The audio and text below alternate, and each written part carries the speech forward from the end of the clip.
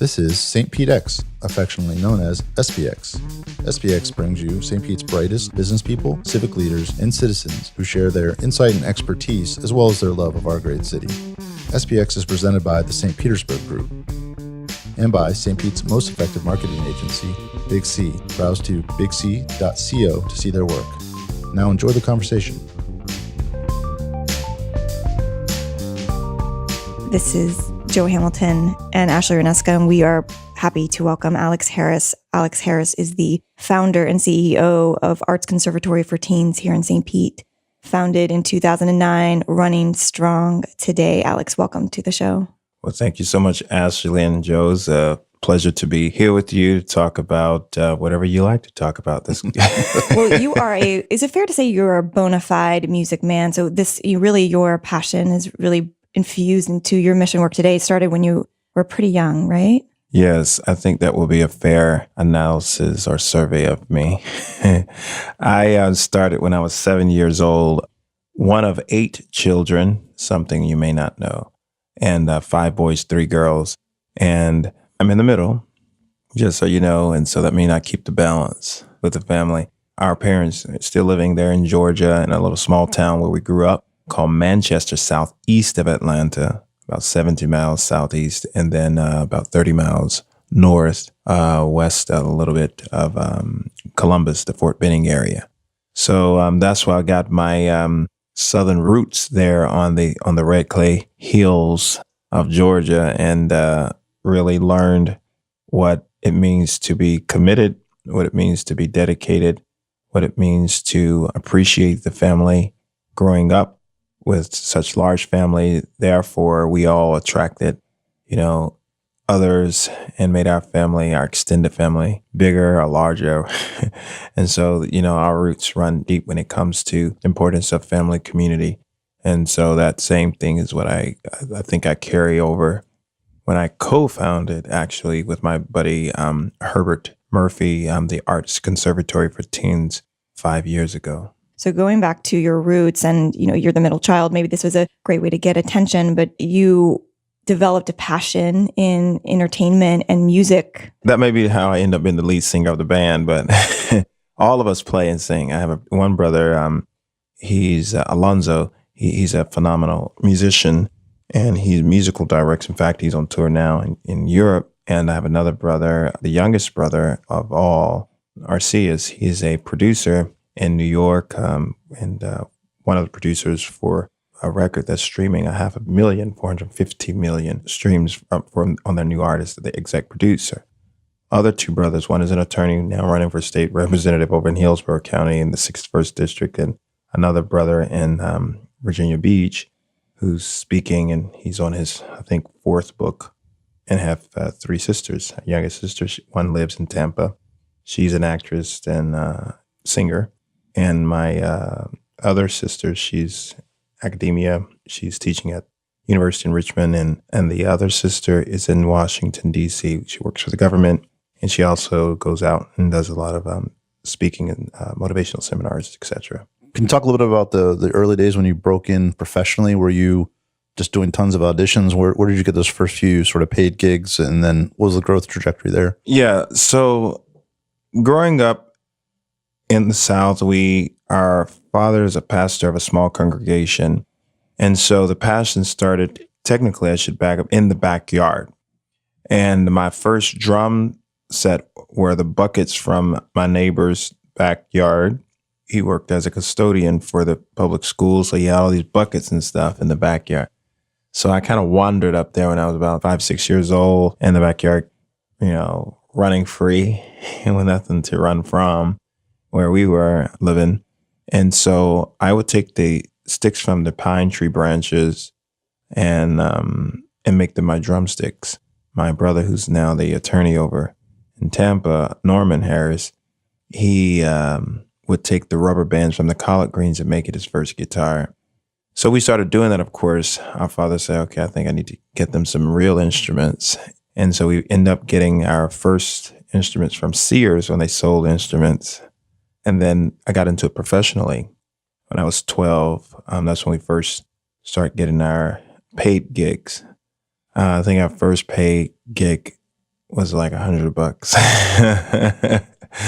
But that was cool. I mean, Makes we you were like, professional. yeah, we're professionals, start paying. But then what it did, it awakened something in me. I was like, oh my, we can get paid. And so my inquisitive or curious mind, creative mind, I found this book, and I cannot remember where I found out about this book. I think it was in a magazine because, of course, we didn't have the internet like we have now. And it's not that I'm old. It's not. It's just the technology has grown so fast very quickly. It was a book about book your own tour. And so I asked our mother, I said, will you buy me this book? And so she did, and she bought the book, and I got the book, and I was really excited to get the book and read all the different venues and the contracts. So I wrote, I'm not the attorney in our family now, but I was the first one to write the contract, and I utilized that contract, outlined it, and copied and typed it up, and now I'm like 13, 14 years old, and I created it, and of course they looked at it and everything, and that's what we start using to start getting paid. And so we went from $100 to, $300, then to $500, and eventually I remember we started getting like $1,000, $1,500, and then, we were pushing it. And we take the money, we open an account at the bank, and everywhere we go. And so because we grew up and we were doing some churches, so we wouldn't call it, we would call it a letter of confirmation for some of the churches, so they didn't feel like they were quote unquote paying. A lot of churches felt some kind of way if you use that word. I guess that was like a sinful word to use. But we utilized that, and we were able to take the language to, letter of confirmation that we're going to be performing. It's going to be this, how long we're going to perform, or the date, the time, the dress, and your honor, and we call it the honorarium, and some people call it love offering. And so we actually knew, or the established honorarium, what it's going to be. So that's who's we at this point? That was me. I was the main person in negotiation. One of my sisters, Miriam. Performing. Oh, we performing. Yeah. It was all of us. Yeah, for a while. Then the sisters stopped singing. And so we were A boys and girls because all the brothers have an A name. And then the sisters they didn't have consistent names as far as letter. So it's Antipas, Andronicus, who's Norman Andronicus, Alonzo, Arceus. Then we had a god brother who just so happened to have an A name, Antonio, and of course Alex. So, and Arceus. So we're A boys. Later we became known as A7. So if you ever Google A7 music, you'll see that. And we actually made the Billboard from coming up, competed. You see our name, and traveled every summer when we were out of school all over the United States. We were counting one time, and I said, "Oh man, we've been to 40 of the states, and we're doing." All these different places out of the 50 states. So it's kind of cool. We traveled all over the U.S. How are you getting those gigs then before the internet, where you're able to book people? It was, and before we got flat rate plans. So calling, in the book, they would have different, in that Book Your Own Tour book, and I don't know who wrote the book at this point, but I put it together. They had numbers you can call. And so I was the kind of person to look for leads. And if this person said, hey, you need to call this person, then we would have to package it up, go to the post office, send out the CD with a bio, with a picture, and then follow up and call and say, did you get the package? Oh, and I haven't looked at it yet. And so when we got on radio the first time, that's what it was. And I called this lady who's a legendary. We had met her, Dorothy Norwood. And this one we were doing more inspirational urban soul, more in the gospel genre. And she had heard us, and we befriended, and I asked her if I could write for her record. And she said yes. And she invited me to her house, and we sat at the piano. We played, went to the studio, recorded the demos. And after that, and she had heard our music, and she said, well, you need to call her friend Jerry, who's in North Carolina. And I called him. We sent him the CD, and it was in a pile. He told me, he said it was a pile CD, and we were at the bottom. He said, but I'm going to look through it and see if I can find it. And he found it, and he told me, that's when he told me it was at the bottom of the stack. And he played it, and next thing we know, we were on all radio stations and start getting calls and stuff like that. And that's when we were 87. But that led me to the whole idea of success comes through dedication, commitment. And that's what it is. It shouldn't be measured or compared to someone else's success. It was a very laser focus where we loved music. We wanted to do it. We did it. and we pushed it hard, and we continued. And so that's really much as far as our organization, what we offer. And so that's how we all got started in the music industry. Three of us remain heavily in the music industry. What kind of student were you? Growing up in school, we pretty much homeschooled. My parents, they're both educators. My dad's a pastor, but he also is an educator. And our mother is an educator as well. He's retired. You performed well, though? Yeah, we perform well. So I'm going to get to that. So our private school thing, so the curriculum that they use, I think the curriculum they required for you to basically be more of at least a B student. So what my dad and mother did, they raised the bar. So we couldn't make below 90 from K through 12. If we did, we had to repeat the whole system. So I never repeated. But that's what we knew. But that was our fun, our outlet. But we did go to college, to a small college there called LaGrange College. All of us attended that. And our dad taught there for a short period. Correct me if I'm wrong, but ACT currently louds 100% success, 100% graduation rate from college. So I'm curious, you probably weren't cognizant of it at the time. What influence your musical endeavors were having on your academic? Exactly. So when I came here, I was a consultant over at the Royal Theater, and that's where I met Herbert Murphy, consulting on a very focused initiative to help teens in the underserved, low income, have the experience of private lessons and the experience of a conservatory concept. So I had been working on this development as it relates to curriculum for that when I lived in Boston prior to coming here. I'm a Georgia guy, but I lived in Boston prior to moving here 10 years ago. And so I was consulting first artist in residence on the south side of 22nd Street South. And it was a great adventure for us. So for 3 years, we piloted it with 30 students. And then from there, actually, it was supposed to be 30, ended up growing to 60. And at the end of the 3 years, we launched what we know today as the Arts Conservatory for Teens. And thanks to a gentleman by the name of Carl Lavender, that Herbert and I actually met, and we realized that our thought process was pretty parallel, very similar backgrounds as it relates to arts and education. And our family, his family wasn't as large as mine, but his whole, engagement and what he had experienced growing up with being a first chair trumpet guy in high school and then getting into engineering and loving academia and all that. So I said, we should really not just focus on the moving, acting, dancing, and singing and stuff. We should really challenge our students or expose them to opportunities, the word I prefer to use, expose them to the opportunities that are in the world and then provide the access or build the bridges. I start to think about all the bridges that surround us here in the Bay. And so, we should create bridges to success, by finding other like-minded bridge builders to ensure that students not only have the access, but have the coaching and all that goes along with to ensure that they reach that level and not graduate with a certificate of completion, but graduate with a diploma. So some students were nearing dropout. Some had basically technically dropped out. We got them back in school or coached them into the matriculation from 12th grade to graduation, walking across the stage, getting that diploma. So since our efforts as a pilot in 2009, even to today, that's what our focus has been, utilizing the arts as a vehicle, but primarily ultimate goal is to get them graduated so they can have the opportunity to pursue higher education or to go to the workforce. So 100% of our students since 2009 have graduated with a diploma. 90% have gone to higher education institutions, 10% directly into the workforce and doing well. And to put that into perspective, started with a pilot of 30, and now you have north of 1,100 that have gone through the program? 1,100 have gone through the program, but this year we will serve 800 students this year alone. How's that? Now we're serving over 500 a week. And where are they coming to you from? We have 9 locations that we service throughout the county. We have 5 middle schools with an agreement through the public schools. We're on that campus 5 days a week. We are also at the Enoch Davis Center, 18th Avenue South. We are also at Jet Jackson, formerly known as Wildwood Rec, with our partnership with the city of St. Petersburg. We were at Childs Park, and we're at USF, down the Harbor Hall.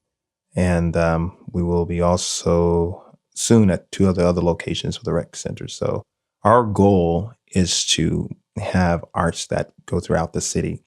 That's one thing, but more so, again, cannot emphasize enough, that's our vehicle for educating, empowering, and enriching our students. I think it's fascinating that you've gotten deeply into art, music, performance, but equally deep into business. I think that's unusual. And then, of course, there's even now a philanthropic and social enterprise aspect to your business.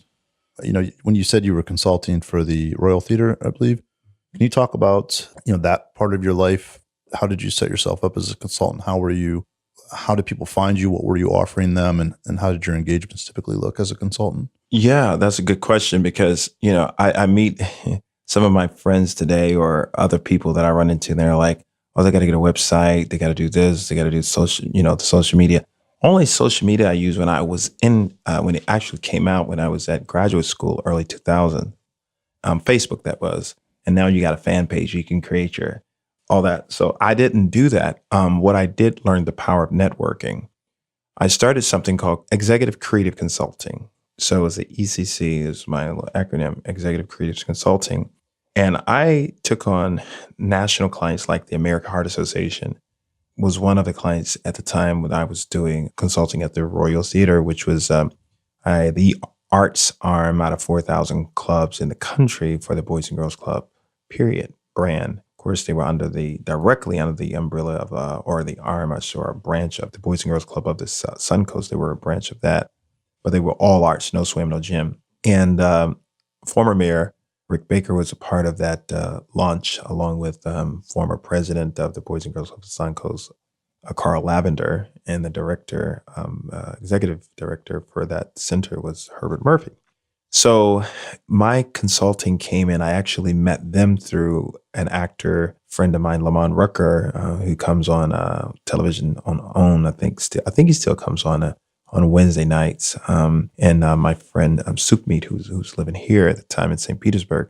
So I was back and forth flying here. I was doing consulting at Boston University and teaching a graduate course on how to develop courses in their communities from a theological and faith-based angle, because it was at the School of Theology, and one of my graduate degrees is theology, and the other is in social work, and that's just my graduates, and then my doctorate studies are in organizational leadership, mind, and curriculum. But the idea for consulting had all to do of getting into that field with networking, and that's the reason why with the Arts Conservatory for Teens today, in one of our product services we have we focus on power networking and training the students on how to engage people within your environment for events, or even just when you're going out at night. How do you connect and build and develop relationships? These relationships I was able to monetize, not just say I have a friend, but I was able to monetize, find a way I can connect with something that they may be doing or someone within their network is doing that could become a contract for me, because if I don't have a contract, then I don't eat. I'm going to keep the lights on. I don't have a shelter over my head. So it was very non-traditional, the whole idea of executive creative. And so the reason why executive creating, because I saw myself as pulling from my creative world to the business world, or to where a couple of the cases were nonprofit like American Heart and the Royal Theater. So I brought the creative either in something that they were not already in. Of course, the Royal Theater was already in music, so I was bringing a specific creative touch or development to an area they wanted to explore. The American Heart had no creative approaches in how they wanted to get the message of cardiovascular disease to a specific population, which the populations were African American and Latino Hispanics around cardiovascular disease. And so instead of getting people to come to with American Heart, a seminar workshop to hear about this information that most people probably will not come if you say, I'm going to tell you about heart disease. Like, we want to hear about that, right? But if I do a comedy show called No Strokes, No Jokes, if I work with them, I work with them in both markets, New York and in Framingham and some Boston, Massachusetts. And I produce and come up with the entire concept for doing an event at the Apollo Theater. Also, other activities included happy hours, where we would have, basically happy hours turn into these red carpet Hollywood type events where we're able to not just give people information, but integrate the messaging into every aspect of the event. Now I'm having an opportunity to creatively educate people that it becomes a part of their everyday life and they're able to process it in a way that it doesn't seem like we're, they're in a lecture or anything. Well, we had Nate Schwagler on who runs the innovation lab at the Dolly. And one interesting point that came up in that conversation was, how do you introduce those concepts to large corporations? Because they typically, they have vendors set up for accounting, for finance, for things like that. But, were you coming to them and introducing the idea of presenting their content creatively, or did they have that spark internally and find you? Right. So I came to them. I met he was an incoming vice president who was over the entire culture health initiatives. And I met him. Actually, he went to law school with my brother. So while I didn't know him, and I was living in Boston even when my brother was in law school, I met him like once or twice, but I was able to make a pitch to him and say, listen, what are you doing? And let's do this. And a lot of time, again, it's networking and ability to follow up. So my whole mantra was follow up, follow through. Sometimes people think networking is, hey, I give you a card, I give you my card, I'll call you maybe. My thing is, immediately when I meet someone and I have at least 2 minutes with them, I can figure out if there's something there for us to pursue. What do you look for in that 2 minutes? In that 2 minutes, I'm looking for, first, I need to find out what that person does. And I can do that by asking them just straightforward, what is that you do? And then if I need further explanation, I would ask the question, whatever the response is that lends or yields to another question or leads to another question. And then the second part to that is once I hear what they are doing, then now my brain is going through my little Rolodex in my head, trying to figure out, okay, does it, because I'm always thinking creatively on projects. And most of the time I'm trying to find, is it something that I'm already doing that I'm looking for other opportunities for to scale it or to just within the space that I'm in to magnify it more or maybe even add to it, which would be part of the scaling. So do you comb for keywords? Like if somebody says academia or somebody says performance or someone says a name like a local business, like American Stage, or you look for different? I don't look for keywords. My thing is in the creative process, you got to think of it being a blank canvas. So I don't like to engage a conversation. For example, I just left a meeting before coming here and I'm sitting down. While I know at the end goal, I want them to be involved. I can go and say, hey, I want you to do this, this, this, because I already know who my audience is and I already know what they do and all that. But even then, and definitely if I don't know you, this is my approach, is to approach that specific moment as a blank canvas to a certain extent. So in the situations where I know the context, I may approach the moment with a blank canvas, meaning that I don't know exactly how I'm going to approach them for this day. Why? Because I don't know what kind of day the person has. First I have to get there and engage.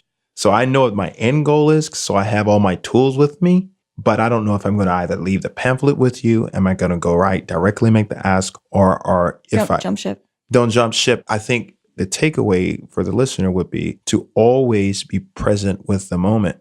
So again, if I'm in power networking, I'm in that moment listening. I already know all the projects that I have or the projects that I have, how they can lead to something completely brand new or something innovative.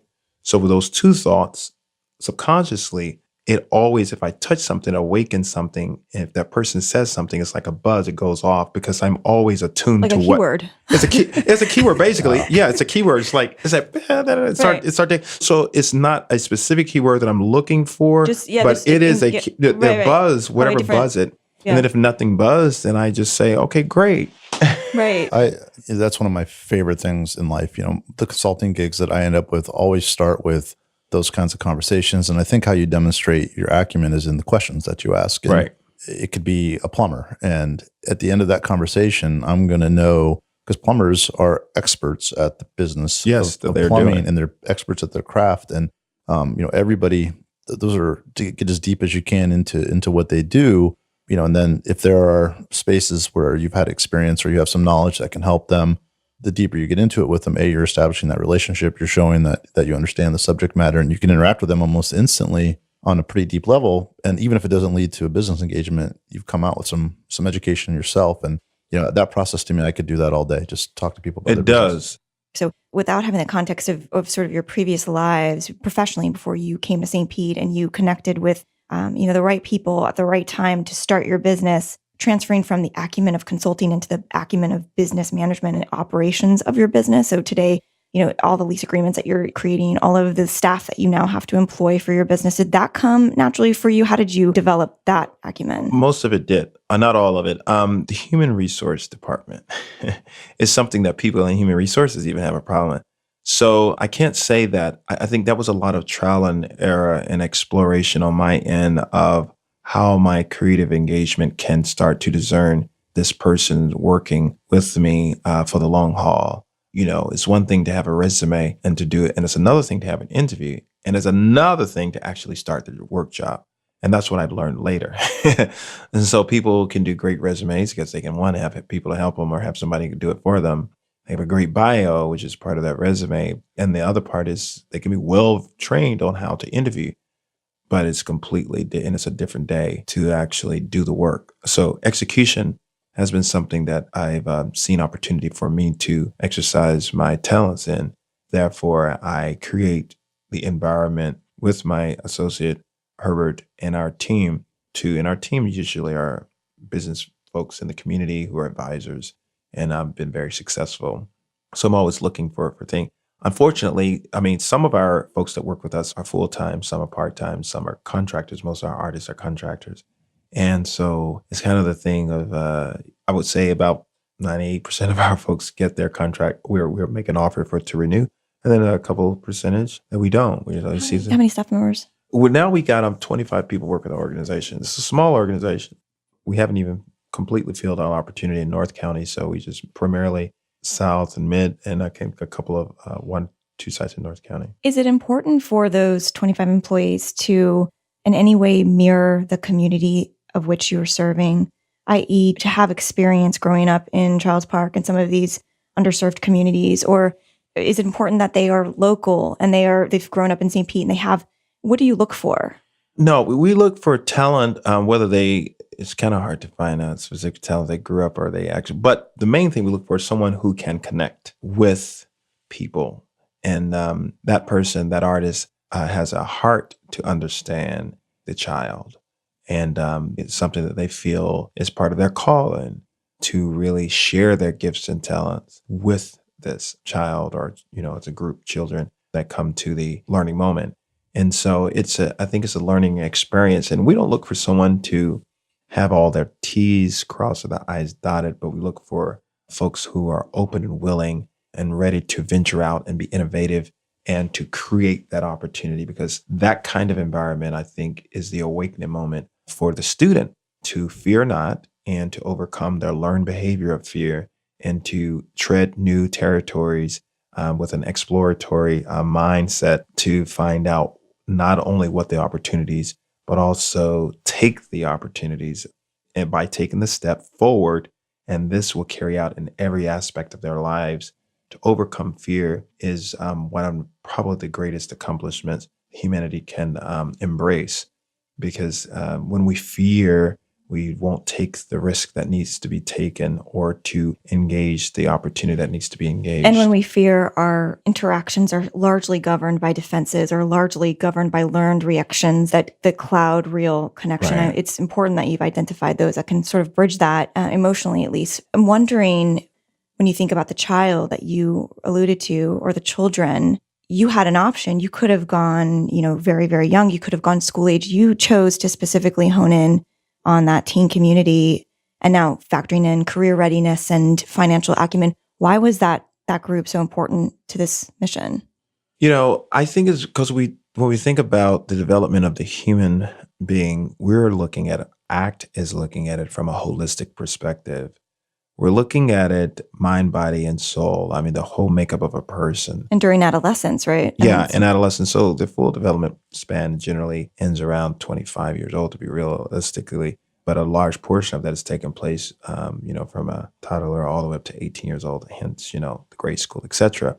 But we come in at the age where it's another major turning point, which is around 11 years old to 18 years old. I mean, there are two groups in that population, 11 to about 14, 15 then and up, and then from 15 or 16 into 18. So we come in to engage this population where it can, I say, make or break you at least a large portion of your life. So we focus on the art of healthy living, which is not just what we put in our bodies or food, but how we think, how we are looking at behaviors. So ameliorating behavior is really huge for us, seeking to improve the human behavior.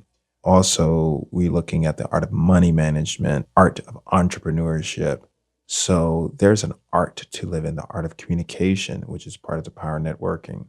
We bring in master instructors who are experts or influencers, thought leaders in those areas to engage these students. Now, we're talking about students, some of them, such as one guy sitting in our office about 3 weeks ago. He said, Herbert says, he introduced me to all the guys that was with them because they were helping out with some handyman stuff. And he said, tell Alex what your dream is. He said, oh, yeah. And he was so excited. He said, my goal is to graduate from high school. And on the day of my graduation, to take my diploma to my mother's grave and my father's grave. This is 16 years old. And his grandma, he said, because they'll be proud to tell him that he did it. And we'll be surprised that I had never heard anything like that a day of my life.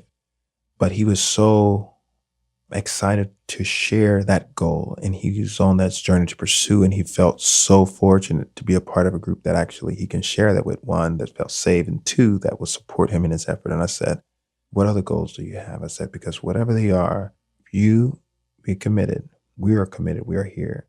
And so we will help you not only achieve your goal of getting your diploma, but also beyond that. And so not only just a dream, but a realistic goal so that they can feel the accomplishment and it can empower them.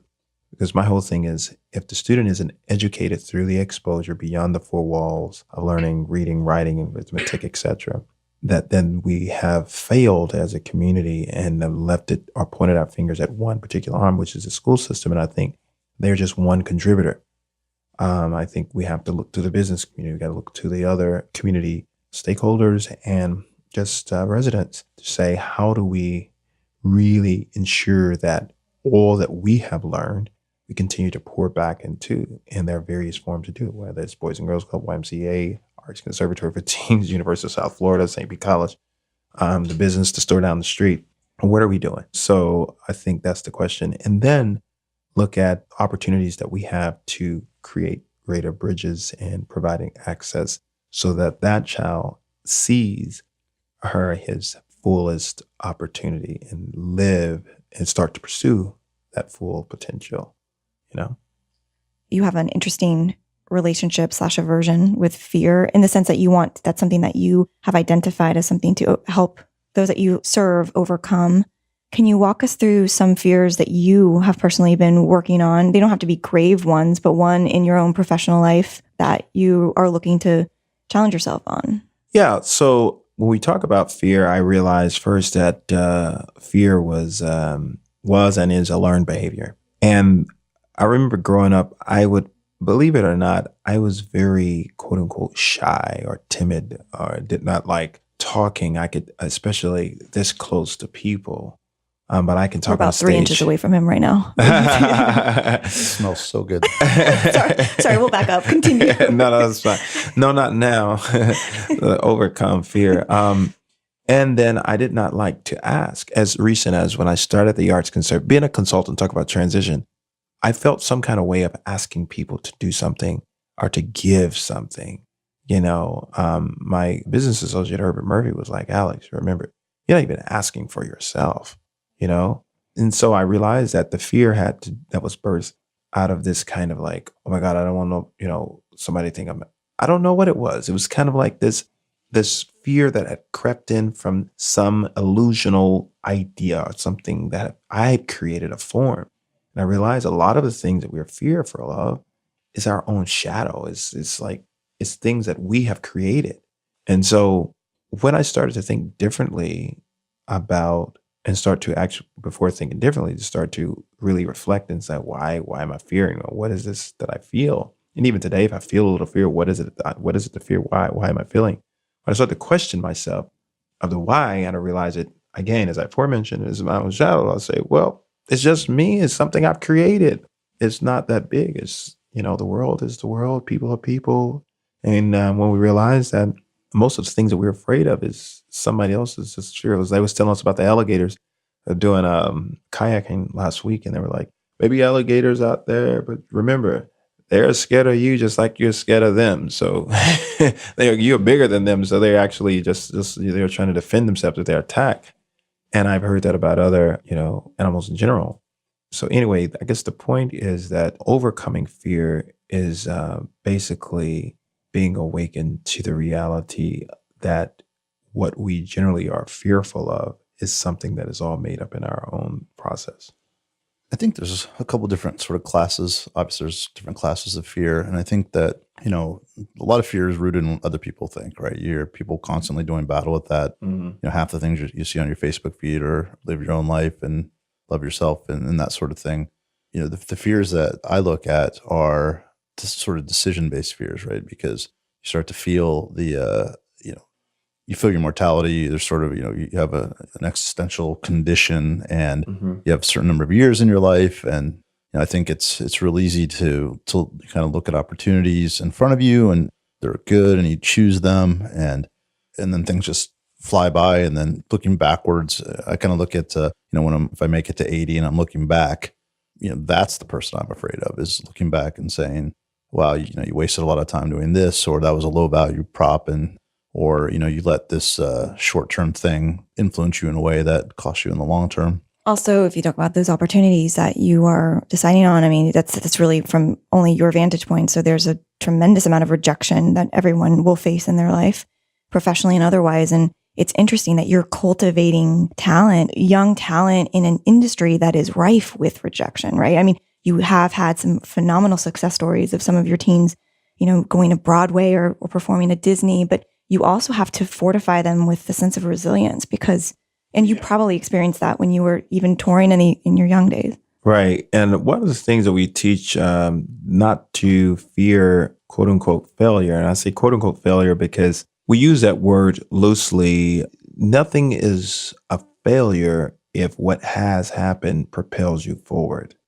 So I think it's only a failure if we see it as a failure and use it as a failure. By using it, is there, and we do nothing with the lesson learned. Or it further adds to some self-destructive behaviors that you've witnessed prior to this. Exactly. So that's the only time it destroys and considered a failure.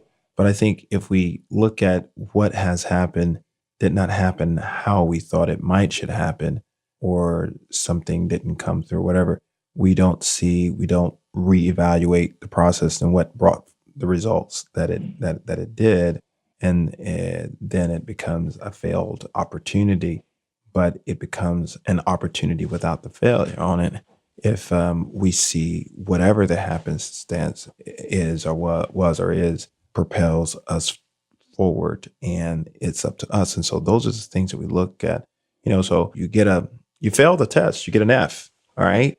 Why did I not do it? What is it that didn't click? I'm not looking at the letter grade as something to dictate my intellectual ability. Looking at the letter grade to tell me that there's something that I didn't hear or didn't process properly. So what is it am I missing? Who can help me approach the learning moment differently? Now I'm not a failure. I'm a critical thinker of my own behavior. Therefore, I can move forward. Not to make the mistake over and over again. May miss it a second time, but I won't remain in this space too much longer because I'm challenging myself, right?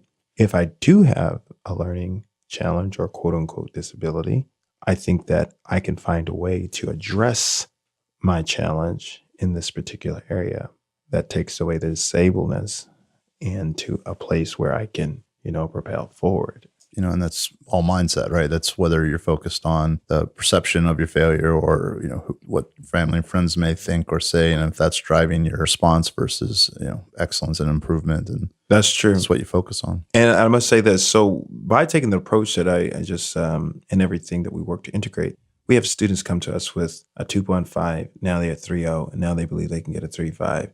Not because we change the perspective on, one, the fear of ask. You say, well, you didn't know why you didn't ask. Oh, I didn't want nobody to think I'm dumb. I didn't want nobody to laugh at me, or I didn't know who to ask, or get bullied or something. Oh, you don't know that, and the only reason why the person is saying that because they probably don't know it either. But we didn't realize a lot of times in the learning setting that when you have as many classes as the teachers have, people get intimidated by the crowds. They don't know if they have the time to go up and talk to, or maybe there's just some missed opportunity in some way or another. But what we've been able to do is really and we didn't use adult tutors. We use all teen tutors who are create peer tutoring, and they get a chance to become peer ambassadors, mentors, and help their peers in the institution of ACT after school. So one thing that's I'd be fascinated to hear your take on. I think in a lot of what you've done, something that's been consistent is defining value. I know in the business consulting world, you'll sit with someone and talk to them and bring some real wisdom to the situation, but because it's not defined in the classic, I'm doing your books, or I'm, designing something for you or whatever, that, the challenge is to how do you charge for it, right? Or how do you get them to recognize this is something that really is critical to their success in the same way that more of a nuts and bolts activity is, or even to see it as a nuts and bolts activity. Moving out of the business world into the arts world, that's something that artists continually struggle with, is what value do you place on me singing or me acting? And there are some lanes that people go in where that's established, but I think, coming up, obviously there are people who are happy to sing for free, and you see this in the writing world a lot too. We'll give you exposure, you write for us. And so, it seems to be, these classes of skills that people have a hard time getting their just value, financially paid in what they're worth. Whereas in other skills that are like a CPA, no problem, right? This is our hourly rate, this is our retainer, and you go. So, throughout your life, you've done that dance with defining value and putting a number on it and getting paid for it. What are your thoughts on that? How would one define his value? Or how do I get The potential devaluing of art. okay. So you have a great singer, right? Now what, right? So Right. there's plenty of people who say, "Oh, come to my party and sing for free," but the idea of paying me $100 to come to your party, I won't do it, but I'll pay a caterer, $500. There's food value there, but you're also paying them for their time. Exactly. So why is food prep easy to pay for and singing not easy to pay for? Because people really feel that I don't know. I think they have a very skewed understanding idea. But to answer your question, that's something that we were challenged with a lot, especially when you grow up in a faith-based community. Us, when you're growing up in church and singing gospel, they say, "Oh, well, you just sing for God, and then you don't do this for money." And I said, "Well, I'm singing for you. I may sing to God. So if you want somebody else, you feel free." But the thing is, you're right. And I've always put it to people, listen, sometimes we really challenge our students to think differently about themselves, the art of entrepreneurship. If you're an artist, you do not have to be a starving artist. There's so many opportunities to make money. But if you look at it as any business, a small business. And I remember someone wanted me to sing for something for a city. And I said, "You mean to tell me you do not want to support small businesses? I'm a registered business." And I said, I have 1,000 employees, but I do have people to pay. And so I start to put things in perspective. So we challenge our students to help people think differently about their industry. You are a part of an industry, and you have to put a value on it, even if and leave room for negotiation.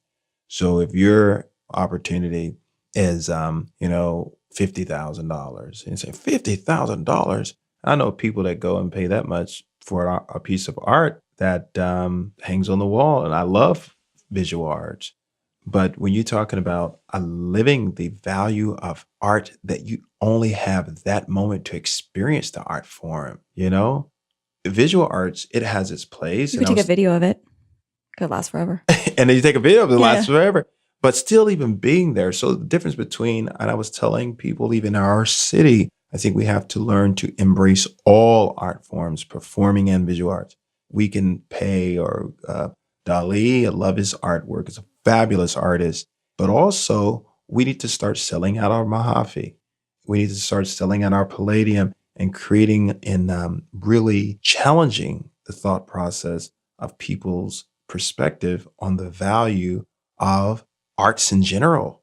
Not just a commission for one piece or one-time commission for a mural, but an ongoing, we're having this conversation, part of the Florida Orchestra as public information.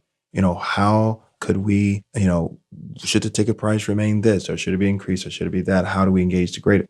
To me, that shouldn't be a question necessarily, because if we can challenge people to think differently and not just put it out there in small conversations or large conversations.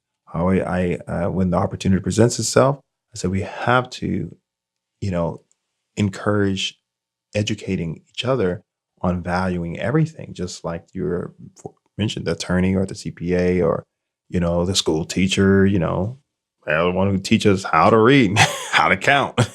But their profession is often devalued as, he's just a school teacher or she's just a school. It's kind of like I think the valuing of each other, and a lot of time we value it based on the value that we put on it, because it should, anything. That's what I say, it is your work, and I've had to call people on the carpet and said, well, we don't really want to devalue each other's work, Yeah. I guess there's probably some innate variation of what's that Maslow's hierarchy is. You've got to have your accounting done or your bank account doesn't balance and you shut down, right? And once you get that in order, you have to know your cash flow to keep the lights on. And then after that, maybe you do a little marketing, and maybe after that, you can put some art on the walls. But at the end of the day, people probably build from the base up, and that probably is why that sort of what's critical to daily functioning, it plays probably some role in that. It's the earlier framing that you had around nutrition or nourishment. So beyond the food and the healthy living, just what we consume, right? And art being at the forefront of that. Right. This really wealthy guy I met when I first moved here 10 years ago. He was telling me how he was at the Capitol Grill, and this time he was by himself, and he said, we went to breakfast one morning. He said, I was at Capitol Grill the other night, and I got this many kisses and this many hugs from this many people. And he said, why? I said, because I value everyone, the server, the person who parked my car. And I think the point he was making to me, that he doesn't see, because you're in this profession, he sees that it is a profession. Think about it. I don't care you live in the White House or you live, as they used to say, in the outhouse, right? Maybe not the outhouse in this particular scenario I'm working on, but yes, you do. If you have an outhouse, there's somebody that has to maintain that. So that person is valued, or the plumber or whatever.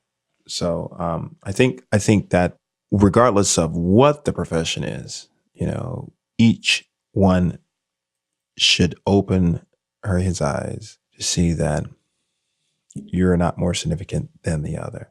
If we take away one part of the puzzle, then we lose something very significant. Everything just falls apart. It falls apart. So when we see the need for the plumber, when we see the need for the person to valet, we can't find a parking space. When you see the need for the chef and the person that cleans, and the first thing we'll say, excuse me, this glass is not clean. Well, there's somebody back there has to make sure that, or the person you're saying is the one that brought it to you at your convenience. And so my goal has been to value and see the value in that. And even if there's not great service, is to offer my suggestion and say that maybe that you want to explore another profession that you feel most comfortable in, because you don't want to be in something that you're not performing your best. My whole thing is whatever you do, right? I think it was Dr. Martin Luther King said, if you're a street sweeper, be the best street sweeper. And I think those who are not a street sweeper should see the value and not try and devalue, because there's a very need for the street sweeper. I don't think any of us want to live on a street that hasn't been swept. And so I think that's what we bring to our students, is say, whatever profession you go in, be your best at home, be your best in school, and later when you grow up, be your best at home and your best at work. And of course, with us, be your best at school, be your best at home, and your best at act. And that's how you keep your scholarship. Nothing is free. You know, we always refer to the scholarship. They get a letter from us, just as if they were getting it from a university, saying, welcome, you've been rewarded we're a little bit north of 1,600 per student for your scholarship. For some programs, other programs that we have are 1,800 or more. And so they get a letter from us, their scholarship, and how they can lose the scholarship. You know, it is a privilege to be a part, you know, when it's obligated. This is an institution, not a charity. You know, it is an investment. People see your value and want to invest into you. And I think that's how we bring about sustainability. Change the mindset. We have to change the mindset from a poverty mindset to a mindset of opportunity and a mindset that not only dream, because if we only dream, we only will sleep.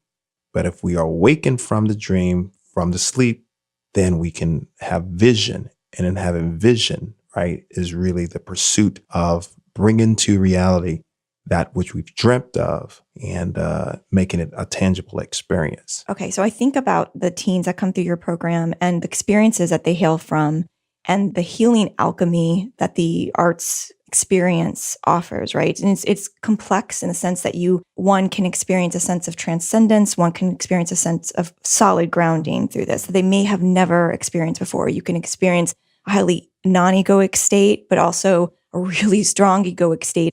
And how it affects and it influences everyone is different, but it's such a cool space to be in. And with you now sort of removed from your actual business, I want to understand what you're passionate about in the arts today. What I'm passionate about in the arts today is the power it has to transform. In terms of, is it music? Is it theater? Is it your own with sort genre? Of personal? For my personal? Yes. Oh, yeah. So for me, not only the transformative power that it has, but also for me personally, I think it has, and it transformed me this way, I should say, before I move forward. It's transformed my perspective from a more myopic angle or viewpoint growing up in the South in a small town. It has taken me places. It has literally been vehicle or the wings to take me around many places throughout the world. And it continues to today. And in doing that, has opened my eyes to see humanity in a much different way than I believe I would have experienced had I had very limited exposure. With that experience, it pours certainly heavily or has become the bedding to the development of what we know today as the Arts Conservatory and our continued growth. So I'm a songwriter. I play some acoustic guitar, some piano, started on the drums, vocalist. Those are areas where I kind of really have been gifted and gravitate towards more as a performing artist, while I have high appreciation for visual artists. And I do some acting because people think if you sing, you can just act because it is another performance. I see it all as a performance. It's all interrelated, I should say, in some way or another with this distinct differences. But I was talking to one of the students last Thursday in a session. We have a master class with actually Dr. Helen Wallace. And she does poetry. And so she was doing it with a small group of our advanced students in one of our product services called YAA, the Young Artist Alliance. And one of the students, she was saying, well, she didn't know if this master workshop was for her because she's a visual artist. I said, well, think of it this way. Learning how to express yourself creatively, whether in black and white through a written form we call poetry, or through visual, is all interrelated. And so you can take the experience of learning how to become a very articulate expressor, or articulate your feelings through writing a poem and translate that same basic principle or in theory to paintings or sketching or whatever your medium is. And so she had never thought of it in that way, but I see that in everything. Or if I were to take a visual arts class, I could take that experience and apply it to any aspect, part of my life. And so as an artist, something that I, feel called and gifted in, I've been able to take that experience and apply it. Hence the course I taught called Creative Arts and Theological Practice. But not only did I learn, get a degree in theology, but I was able to pull from my other training and experiences and gifts and integrate them together. And this is where I think we give birth to innovative thought and ideas, etc. So I hope that answered your question. Kind of an infusion of everything, right? I mean, that's what I... Yeah, that's what it is. I think that even though you may have a starting point, for me, it may be a discovery with the drums and the buckets in the backyard, and then into singing, and then into songwriting, and then into venturing into other instruments, and not limiting, but seeing the connectedness is part of I think the human makeup as a whole is a global experience, because what I've been able to connect with at the very micro level, right? It becomes very macro as I open myself up and challenge myself, or see the world of opportunity and overcome the fear of pursuing, and then get into it. And then I awaken something else, or able to create. We are creators or recreators of the existence of something else. So whether you're a school teacher, or whether you're police or judge or a mother, stay at home, or father, or whatever, I think once we start to see our value, back to the word value, of what we have to contribute to this whole ecosystem, right? I think then we can start to see not only change within ourselves, but also externally. So it becomes both an internal experience as well as external. So amongst the arts, I'm sure you'd agree that with visual arts, music, poetry, there's no higher art form than podcast hosting, though, right? The art of communication is probably one of the most unique Thank you for and saying most that. needed. More than anything, because if you get we're all connected. If we can communicate both verbal and nonverbal, we can get a lot of things done. Right. And I've been doing like hand gestures and physical expression the whole time that Alex was Soon been you talking. figure out that people can't see that. But You know what? I've heard a similar, just to piggyback on your response, I've heard you say, Joe, similar things about business and really, the application in terms of you're constantly experiencing it as a mode of expression in everything that you do. And so, I think I expected my answer to be, you tell me that you had, you were sort of emphatic about music right now and to list what that meant. But what I heard instead was really, it's sort of more of a way of how you live and how you see the world and how it applies to everything that you do. Right. yeah, I often refer to my business endeavors as painting my masterpiece, and that's how I creatively express myself. Yeah, Right. that's your expression. Yeah. Right. For lack of any other skills. That's your Right. connectedness. What's It's mine? like I What's saw mine? this. I'm trying to figure out what my creative expression is. Question mark. I have a lot. TBD. I have a lot. Yeah. I think we're all creative beings. It's just a matter of being able to articulate a label and not necessarily being sucked into the vacuum of some existing label. But the reason I believe that creative of the human experience is with all of us is because we are rhythm, we are sound, we feel, and we see in some way or another, and we are able to connect in some way or another. It's the awakening moment. And some of us have that awakening moment when we are 5 years old. Others have it when we're 50 years old or 60 years old. But it doesn't matter when the awakening moment happens. I think the fact that we at some point are aware to that space. And I love to use the word creative because I think it takes you to that blank canvas, the willingness to be open to explore, to discover something new about ourselves. And in discovering that, then we're able to discover something new with the world around us. And then we can recreate this experience in our effort to connect with others. You had some really inspiring words about not just Eccletor, but St. Pete in general, upping its game as far as the kind of, talent and the kind of events that, Right. And I'd like you to throw that challenge out there to everybody who's listening. What can we do to across the board? I mean, you've been out in LA, you've seen how the business works. How can we up our game and start to make this an epicenter for higher level talent? Yeah. One thing that I would like to see is that we first start to see and embrace and celebrate is the value of all of the artists. And one way of making this an arts driven, both performing and visual arts, I think the visual arts has it, we're able to sell $40,000, $50,000 pieces. All right. So we're not asking for a ticket price of $40,000, $50,000.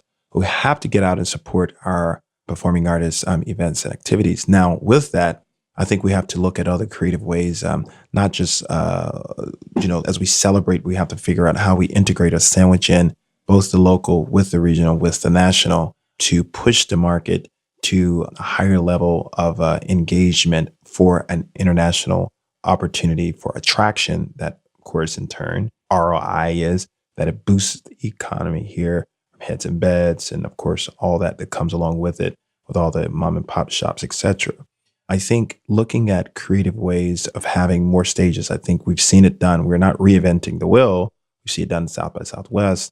We see it done in New York all the time, Charlotte, North Carolina, Nashville. I mean, you can go down the list, Atlanta, of course, out on the West Coast in various places. So, yeah, I think that Austin, we could, did you say Austin or Boston? Austin, both. Oh, yeah. Yeah. But so I think that like Ed Culture, for example, is a phenomenal, ingenious idea. I think that as we as a community should not just kind of, oh, yeah, they are doing Ed Culture, or that's a great idea, but we should find ways of how can we get behind it. One, start reaching for regional sponsors, start reaching from there to national sponsors, inviting them in to experience it, and not just assuming or just leaving it to the local either, because it does take a lot of financial resources to pull off something that's going to, impact. And I think when you build, we put millions of dollars into a 50-story building, which is phenomenal. But how does something like that sustain and on a cultural basis where you continue to bring in, creating that cash flow? I mean, when you see those skyscrapers going up in New York, they have everything built around it. And I think as a community, if we start to not look to one particular development group or whatever, they're doing that part. I think all of us could look at ways in our creative space. How can we, one, support? How can we get involved?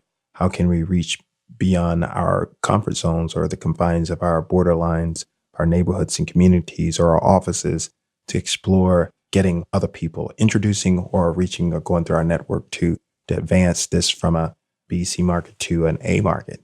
And I think that it has the potential preserving the integrity of the intimate city with a very nice, great, A-list flair that attracts the kind of individuals that will help to boost the economy, that will give more opportunity, that we can do more things in the community, like with ACT, and provide more scholarships and give more jobs. And people don't feel like they have to go way to have a living, to make a living. They can make a living here. And so the investment that we make, the return comes back when they grow up, become productive citizens. We are doing our part in educating so they don't start, destroying what we build up. And, in the vision and the investment is sustained. It's not rocket science, because I don't think I will do well in that anyway, but I will do, I think, well in some common thinking. So we need to build some cultural skyscrapers. Yeah, exactly. Yeah, some cultural skyscrapers. Exactly. All right, sponsors, you heard Alex. If you want to get involved with Ecultor, reach out to us. Yes. All right, we end every show with a shout out to someone in the community locally here who's doing great work that maybe doesn't get as much attention as they deserve. And I know you've got your finger on the pulse of a lot of cool efforts around town. Is there anybody you can think of that you'd like to give a little love to that maybe doesn't get as much as they deserve for good work they're doing? Yeah, well, I know.